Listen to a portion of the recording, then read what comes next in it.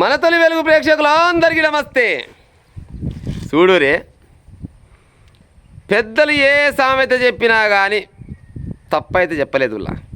నిజంగా మరి వాళ్ళు అనుభవించి చెప్పిరా లేకపోతే ముందు తరాలను ఊహించి చెప్పిరా కానీ మొత్తానికి మాత్రం ఏకి నెంబర్ చెప్పిరు పెద్దలు. పుట్టగతి లేనోడు సుట్టపావని గుంజలాడు అనే సామెత ఒకటి ఉంటుందిలా, అది గిదే కావచ్చు. ఎందుకు చెప్తున్నా గీ ముచ్చటంటే, పిల్లనిచ్చిన అత్త పైన అత్యాచారం చేసి ఆ పైన హత్య చేసిండట ఓ దుర్మార్గుడు. చూడురి, ఈయనకి న్యాయం అవుతున్నది. పిల్లనిచ్చిన అత్త అంటే సొంతం తల్లి అనక తల్లి అన్నట్లు లెక్క. తల్లి అసోంటి అత్తని అత్యాచారం చేసి హత్య చేసి పరారయ్యిండట. ఏడ జరిగింది ఈ ముచ్చట అంటే, నాగర్ కర్నూలు జిల్లా కల్వకుర్తి మండలంలో రఘుపతిపేట అంట ఊరు. ఆ రఘుపతిపేటలంట ఇంకొక ఈ దారుణం జరిగిందట. అయితే ఈ మోతవారిది ఎక్కడంటే తిమ్మాజిపేట మండలంలో ఒక ఊరంట. అక్కడనే తిమ్మాజిపేట మండలంలో ఒక ఊరు. అయితే ఆ ఊరికంట ఈమె పిల్లనిచ్చిందంట. పిల్లనిస్తే ఈ మోతవారి పొద్దున్న లేస్తే పొద్దుగు కింద దాకా తాగుడేనట్టు అయ్యింది. బాగా తాగుడుకు బానిస అయ్యి అత్తనైనా మామనైనా లేకపోతే చుట్టాలనైనా పక్కలనైనా భార్యనైనా ఎవరినైనా కానీ నోటికి ఎంతకు వస్తే గంతే మాట్లాడదంట. రోజు పంచాయి పెట్టుకునేదంట. పోక అత్త పోయినా మామ పోయినా పంచాయి. ఇక భార్యనైతే పొద్దులు వేస్తే పొద్దుగు కింద దాకా ఏం కొట్టుడు అంటుంది. ఇక లాభం లేదు, పాడైపోయి నా బిడ్డ ఆగమైతట్టుంది, ఇక ఆ ఊరికి ఇస్తే నేను ఇక లాభం లేదని పెద్ద మనుషుల కాడికి పోయిందంటే పెద్ద మనుషుల కాడికి పోయి అయ్యా నా బిడ్డని కొట్టి చంపుతట్టుండు, జర నాకు కూడా ఇంటికాడ ఇంత ఏది భూమి వ్యవసాయం ఉన్నది, నా ఊళ్ళోనే చదువుకుంటా, ఈ కష్టం ఏదో నా ఊళ్ళోనే చేయమను, జర నా అల్లుని నా ఊరికి పంపించమని, ఇల్లరీకం పంపించమని, దానికి ఏం లోటు చేయను, ఇల్లరీకం పంపించమని ఆ ఊరు పెద్ద మనుషులని ఈ ఊరు పెద్ద మనుషులంగా తీసుకొని పోయి మాట్లాడితే పెద్ద మనుషులు అంతా ఏం చెప్పారంటే, అరే ఈడ ఉంటే నువ్వు తాగుడికి బానిస అవుతున్నావు, నీ భార్యను తీసుకొని సప్పుడు చేయక మీ అత్తగారింటికి పోయి బతుకుపోరా అని పెద్ద మనుషులు చెప్పిరట. బుద్ధి మాట చెప్పారు కదా, సరే అనుకుంటాంట. బుద్ధిగాల పిల్లగాడు మరి వచ్చినట్టు అత్తగారింటికి వచ్చినట్టు ఇల్లరికం వచ్చిండు. మళ్ళీ ఎవరైనా మునుపటాట అన్నట్టు మళ్ళీ తాగుకుంటా తినుకుంటా ఇదే లొల్లి, ఇదే పంచాయి అంట. ఇదే పంచాయి పెడుతూ ఎన్నోసార్లు చెప్పిరంట, మీ ఊరికి వెళ్ళి వచ్చి మా ఊళ్ళో బతు అందుకు వచ్చినావు, ఈడనన్నా జర ఇజ్జత్గా బతుకు, ఈడ వాళ్ళ ముందర నా ఇజ్జత్ చేయకొని అత్త అలా చెప్పేసరికల్లా అప్పుడోసారి ఇప్పుడోసారి అంటుండంట. మళ్ళీ లేవంగానే ఓపెన్ చేస్తూనే ఉన్నాడు, గుర్తూనే ఉన్నాడు, పంచాయి పెడుతూనే ఉన్నాడు. ఇక ఈ పంచాయి ఇక నా వల్ల కాదు, ఆల్రెడీ అత్తగారింటికాడ ఉంటేనే తీసుకొచ్చి అమ్మగారింటికాడ వేసే.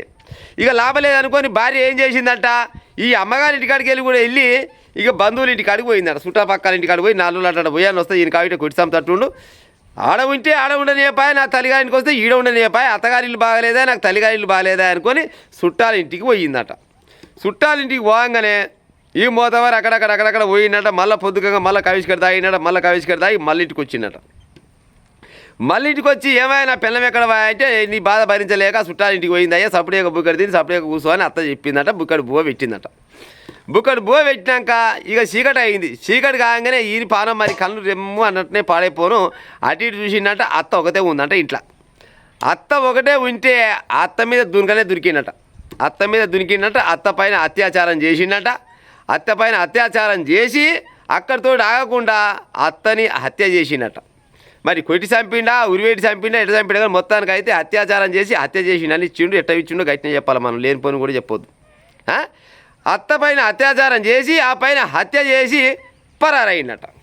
పరారైనాక ఇక నైట్ అర్ధరాత్రి పూట ఎక్కడ పోయిండు, ఆరంతలు ఆడిపోయిండు. అత్త మాత్రం చచ్చింది, ఇంట్లోనే ఉంది.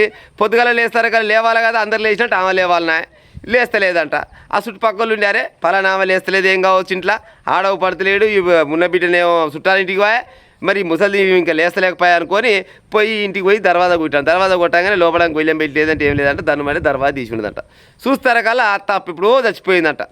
ఆ చుట్టుపక్కల ఉన్న వాళ్ళు వామ్మో వాయు ఎంత పని అని చూస్తారా కల్లా పోలీసులు చెప్తే పోలీసులు వచ్చి పరీక్ష పెట్టి చూస్తారు కల్లా అత్యాచారం చేసి హత్య చేసినట్టు పోలీసులు నిర్ధారించారంట.